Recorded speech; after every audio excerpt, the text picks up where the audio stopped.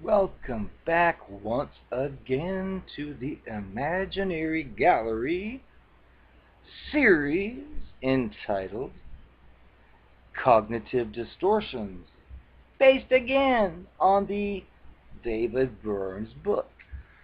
We are now on number 2 in the list of cognitive distortions, and if you need to know what that means, feel free to backtrack a few episodes and get it, but we go to number 2, which is another common thought prison we put ourselves into, which is called overgeneralization. And at the beginning of this part, he tells a story about how when he was 11, he bought a deck of trick cards at the Arizona State Fair called the Svengali deck. You may have seen this simple but impressive illusion yourself. Personally, I'd never heard of it, so on the side. So, I show you the deck, and every single card is different. You choose a card at random. Let's just assume that you pick the Jack of Spades. Without telling me what card you chose, you replace it back into the deck. Now I explain. Svengali! As I turn the deck over, every single card has turned into the Jack of Spades. When you overgeneralize, this is performing the mental equivalent of Svengali. You arbitrarily conclude that one thing that happened to you once will occur over and over again, will multiply like the Jack of Spades, since what happened is invariably unpleasant.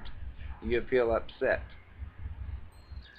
A depressed salesman noticed bird dung on his car window and thought, just my luck. The birds are always crapping on my window. This is a perfect example of overgeneralization, because when he asked this guy about this experience, the guy admitted that in 20 years of traveling, he could not remember another time when he found bird dung, or as I would call it, bird dew, on his car window. The pain of rejection is generated almost entirely from overgeneralization. In its absence, a personal affront is temporarily disappointing, but cannot be seriously disturbing. And he gives another example. A shy young man mustered up his courage to ask a cute little chick for a date. When she politely declined because of a previous plan, he said to himself, I'm never gonna get a date. No girl would ever want a date with me. I'll be lonely and miserable all my life. In his distorted cognitions, he concluded that because she turned him down once, she would always do so, and that since all women have 100% identical tastes, he would be endlessly and repeatedly rejected by any eligible woman on the face of the earth.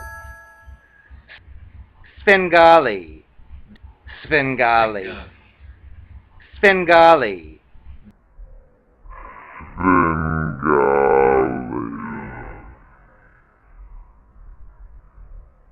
Svengali.